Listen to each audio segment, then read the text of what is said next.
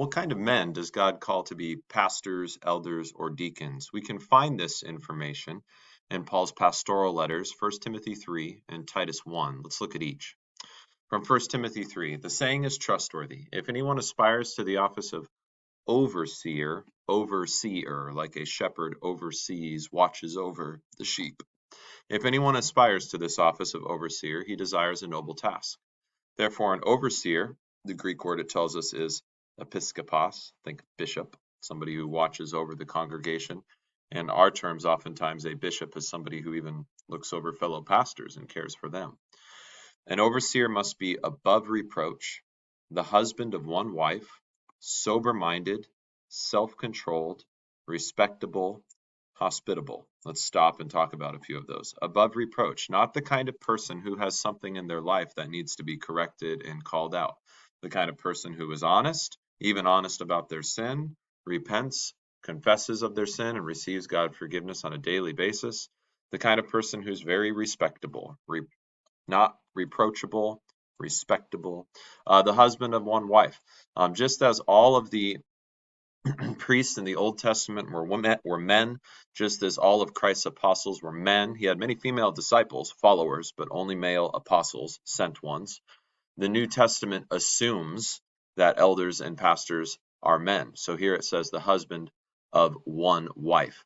And Paul does specifically in 1 Timothy 2 say, I do not permit a woman to teach or exercise authority over a man, right? So God calls men, certain men, to be pastors, not women. Churches disagree on this, but you can see that for yourself in 1 Timothy 2. And it has nothing to do with ability. Could a woman go to seminary, learn everything necessary to preach and teach and counsel and be even excellent at these things? Yes, it has nothing to do with ability. It has everything to do with responsibility.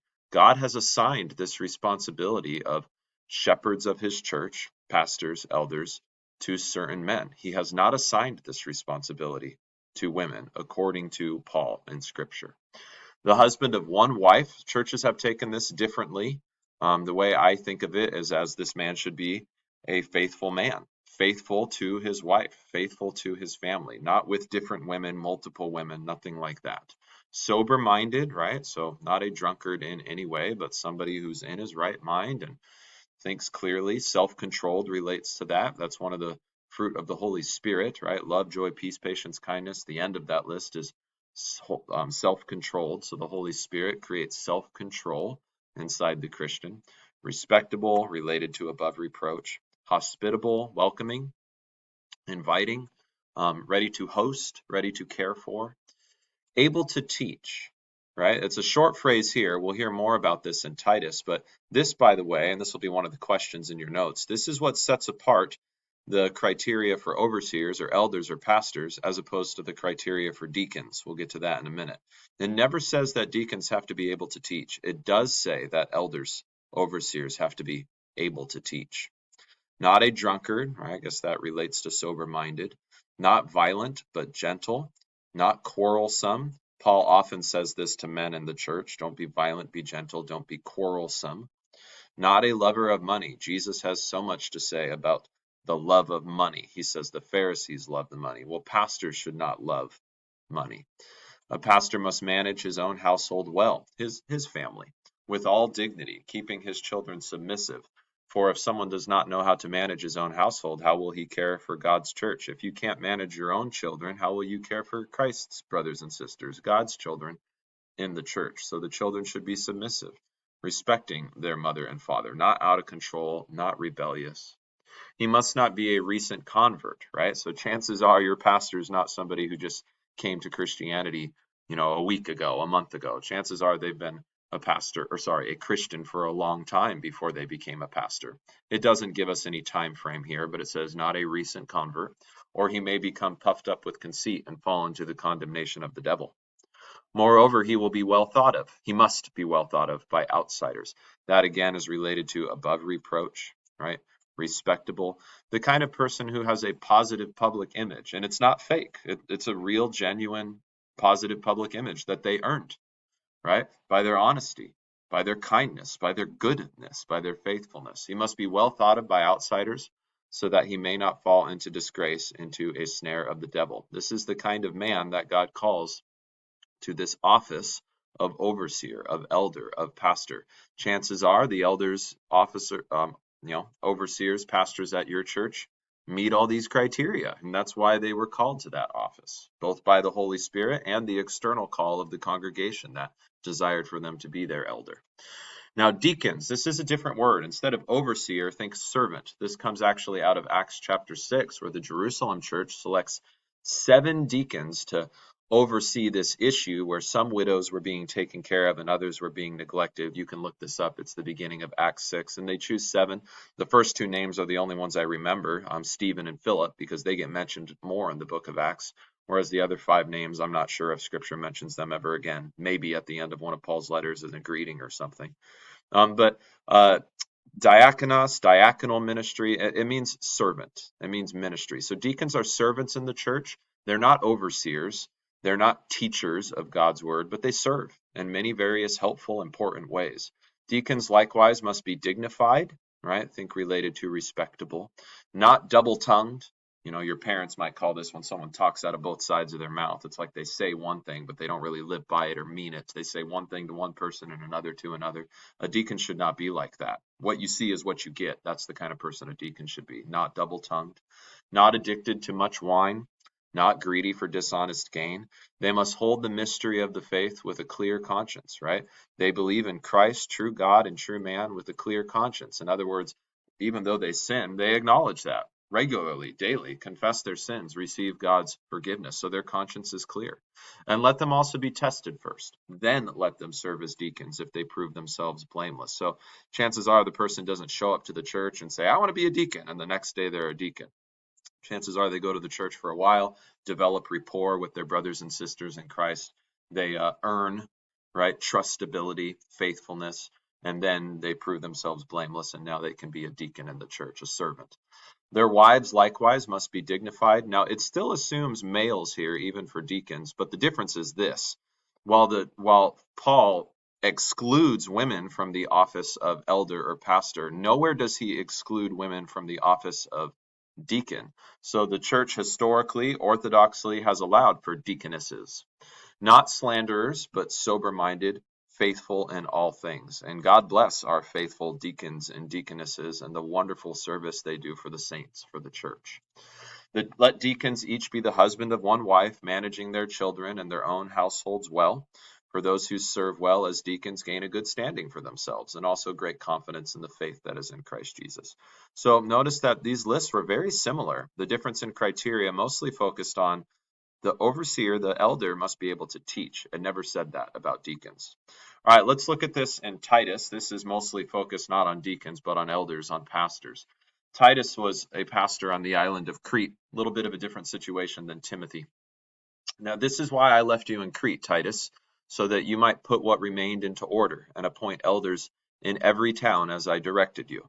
If anyone is above reproach, the husband of one wife, and his children are believers and not open to the charge of debauchery or insubordination. So a little more about what it means that the children are submissive. They too believe in Christ. They too are kind of above reproach. They're not open to such charges. For an overseer, as God's steward, caretaker of God's possessions and gifts, must be above reproach. He must not be arrogant or quick-tempered or a drunkard or violent or greedy for gain. Notice that it keeps saying this, the elder, the men should not be violent. They should not be quick-tempered, right? Paul knows the tendency of men. But hospitable, a lover of good, self-controlled, upright, holy, and disciplined. He must hold firm to the trustworthy word as taught, so that he may be able to give instruction in sound, again, healthy biblical doctrine, and also to rebuke those who contradict it. So we get a little more here.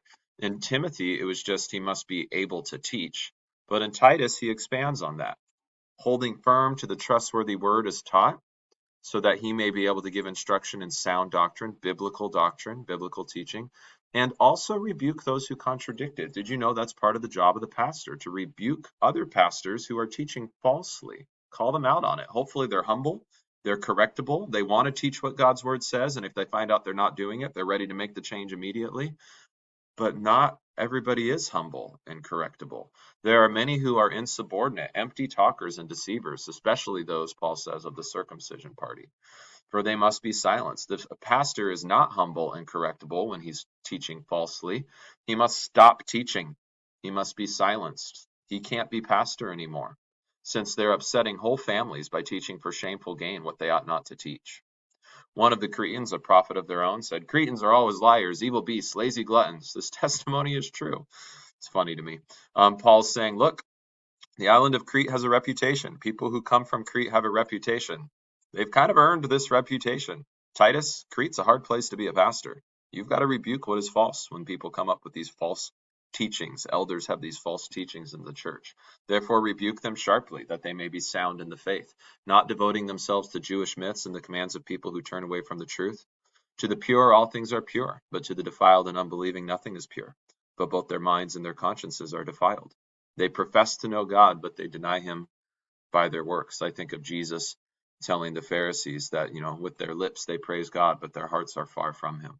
They are detestable, disobedient, unfit for any good work. Paul's rather severe here towards false teachers who are not humble, not correctable, ready to be biblical teachers again. They must be silenced, he says. All right, so what are the marks of a church? How do you know that your church is part of the one holy Catholic and Apostolic Church, the church that Christ says he will build and the gates of Hades will not overcome it? Well, does your church baptize people in the name of the Father, Son, and Holy Spirit? Only Christian churches do that. Does your church deliver bread and wine, which Christ calls his body and blood for you to take and eat and drink for the forgiveness of your sins? Does your church give this meal, saying Christ's words about this meal to the believers there? Does your church open up the Word of God and read from it so that we can all hear from it? Does the pastor preach from it? And does he preach Christ crucified and risen for you and your salvation? Does he preach that from the Bible?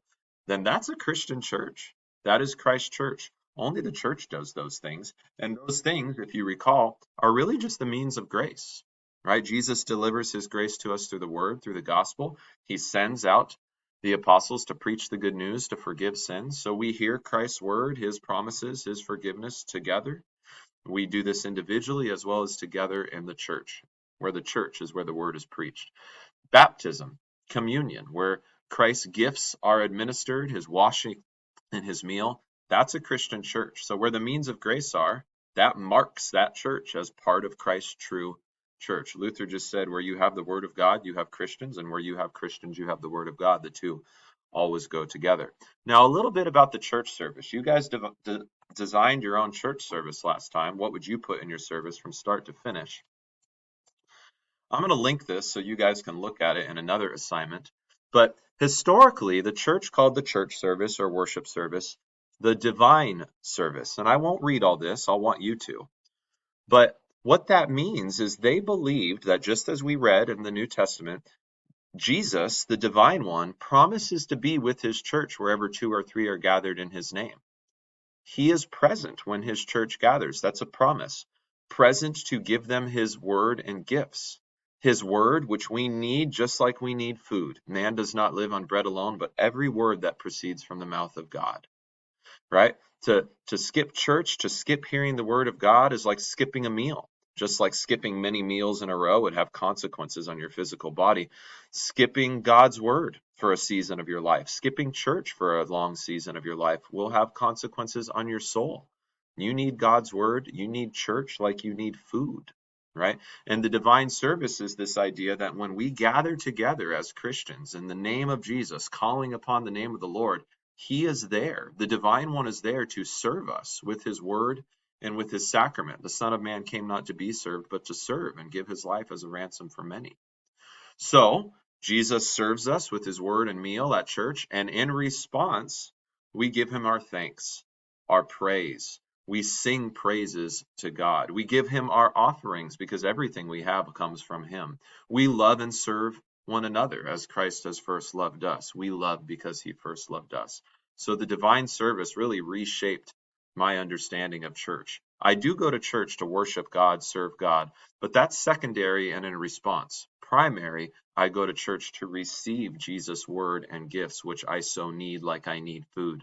Then in response to Jesus and his gospel and his sacraments, I do thank, praise, serve, worship him, and love and serve my neighbor.